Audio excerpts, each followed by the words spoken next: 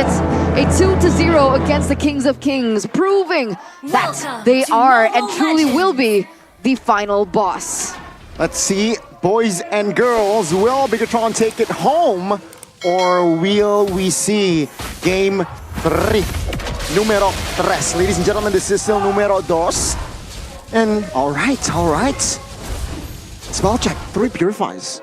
Well, 2 purifies, 4 RQ. Yeah, and also it's Edok already going in aggressively. I think he was able to steal it away. Yeah, Edok took it from BTR. That should be a level lead for Sutsujin because they stole the green camp. Lethal Ignition, this is, man, I love these drafts already. But yeah, this is a glimpse of Season 13. Oh, that's good taunt. Oh. Super Ken still has the quad shadow though, but Sutsujin, human form, will not be able to find and close the gap. Armando in trouble. Yeah. It looks like he is in trouble. He still will be able to get out though, so that is a good thing right now. So take a look at the emblems real quick. If you take a look at the emblems, it's the Master Assassin. Despite the matchup against the Uranus, Super Luke is still very, very confident that he will have the better laning prowess, it seems, right? And for Dyron, I think this Purify is amazing. The fact that they have 2 Purifies and a Revitalize means that it's just going to be extremely tough for BTR. There is absolutely no way that they can actually deal with the Uranus if the Uranus even just goes even. You don't even need to talk about him getting a snowball. If he gets snowballed, no one can deal with the Uranus, but even if he goes even, which he is doing right now, he's actually getting ahead of Super Luke. Dyron taking a shot. Okay. So what's the solution here? Are they supposed to win it out in the early push in the game? You don't look for a moment before Dyron gets to that late game and scales with that item? See here, it's still RQ just controlling that neutral objective. And it does seem like now with immunity, they want to contest. Rigid Glacier does not land. Shadow Kill will not be able to find anyone. Turtle goes to the side of Kings of Kings. It didn't look like Bigatron wanted to go for the contest either. Wait a second, Dyron. He's caught low, still able to get out.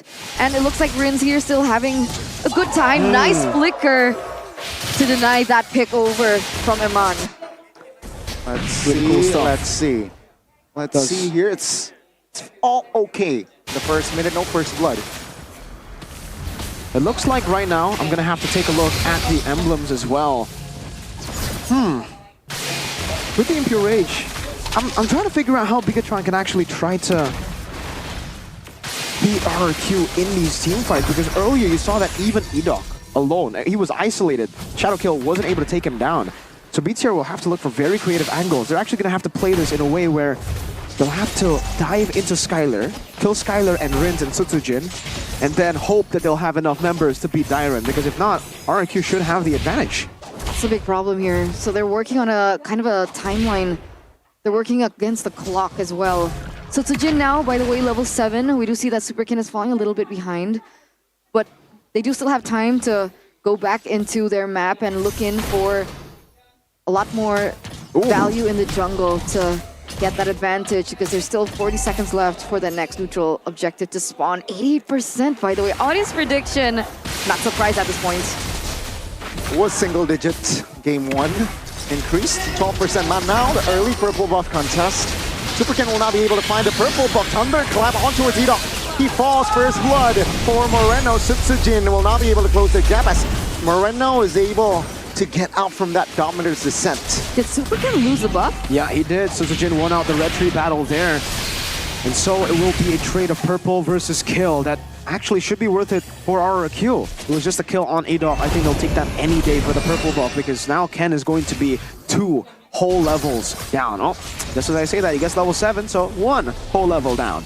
But that's still something that they have to work with. And remember, even when Sutsujin was below a level, he was still able to get that advantage on that retribution. So the big question is, with Superkin down 1? Nah, yeah, that's the answer. They're not going in for the contest. No, they really can't. They cannot go for the contest here. Absolutely no way that they actually win out in the contest right now after no purple buff. Even with the purple buff earlier, Edok, again, was able to tank up the entire shadow kill with no problem. This Uranus is becoming a real problem already. It was a problem in the early game, now it's going to be an even bigger problem in the mid game. I guess for BTR, they're really just trying to wait for a mistake from RRQ to get a lead. But when is that going to happen? RRQ, they've been playing rather clean. for the past few days, for the past few matches that they've had. And even now, again, right? Oh, Dyron on this Uranus is such an oppressive force. Exactly. The normal Uranus gameplay that we see is, I mean, honestly, so impressive now because we haven't seen it in such a long time. The cuts, Avatar will be able to be dodged by Super Ken. And Bigatron, great control, right? They know that they're under here. They know that they are still waiting for the members for Emon here, but Bridget Glacier and Flicker already spent here from Rins. Let's see in the mid lane, Moreno and Super Luke here trying to go at Tyron. Easy, Purify now, Dominus Descent. Take a look at Super Luke. He's isolated, stuck, and not be able to survive. Or heal. Will they have more? Dyron in trouble actually gets taken down. Both EXP laners will fall. But that took way too much time, did it not? Yeah. I mean, it took so long for them to be able to take Dyron down, and imagine this same scenario over the course of these minutes. He now. That's a good taunt. And that will force him on to use the Flicker. Abaddon does not find a mark, and that is just a distraction. Super Luke looking for a trade. It's Edok. Survives? No. He will be frozen though, and that is just Edok taken down. 2v1 Super Luke. Oh my goodness, with the burn! Oh, burn, baby, burn! But he is still able to get out. Dyron though on the other side receives a lot of damage and will be able to finally taken down by Moreno and Super Ken. So at the end of the day, that was a 2-for-2 trade. Meanwhile, Sutsujin going to be able to pick up this neutral objective. Yeah, it should still be free for RRQ. I mean, yeah. There you go. Turtle slaned in by Sutsujin. 7 minutes has elapsed. A 2.6k gold lead.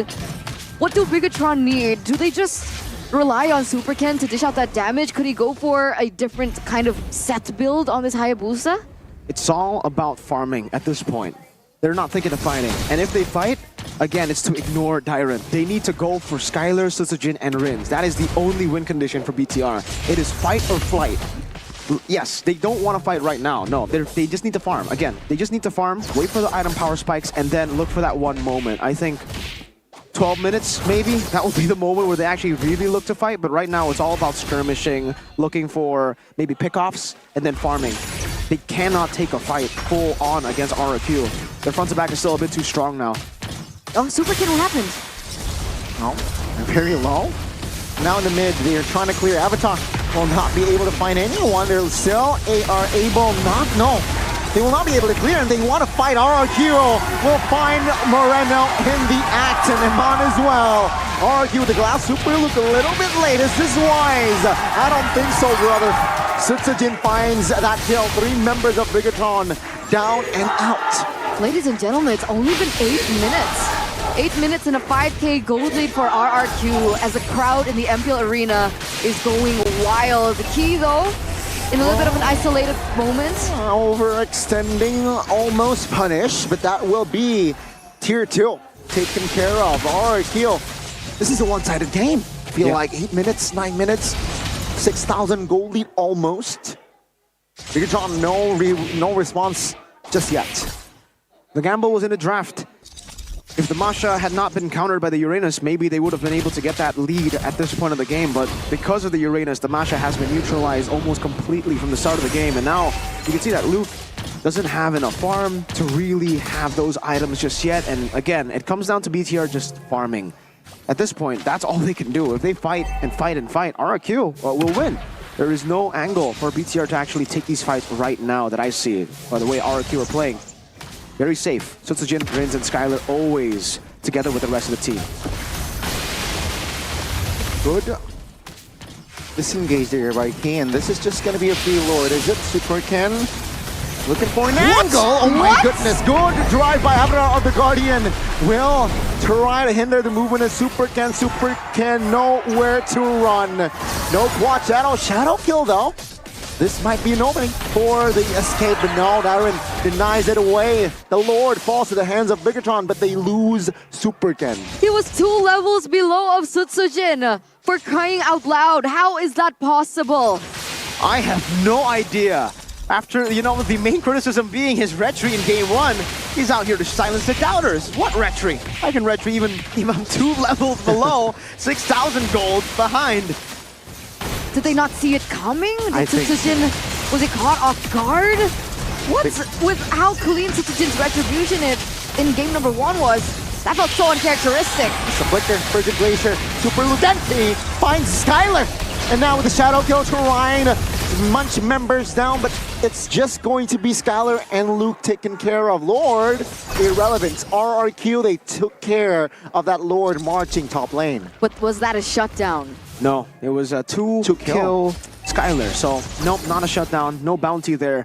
But it does buy Bigatron a whole lot of time, and that's what they need. Like I said, maybe 12-minute mark is when they are going to be comfortable to take that fight. And Mon got an amazing I'm Offended earlier on the Skylar that baited out the Purify, and that was what enabled Key to get the wild charge in the end to actually stop Skylar and take him down. So you saw the win condition there, and we saw a glimpse of it at least, right? If they are able to dive and get Skylar, but they need to get more than just Skylar. They need to get Skylar, Rins, and Tsujin.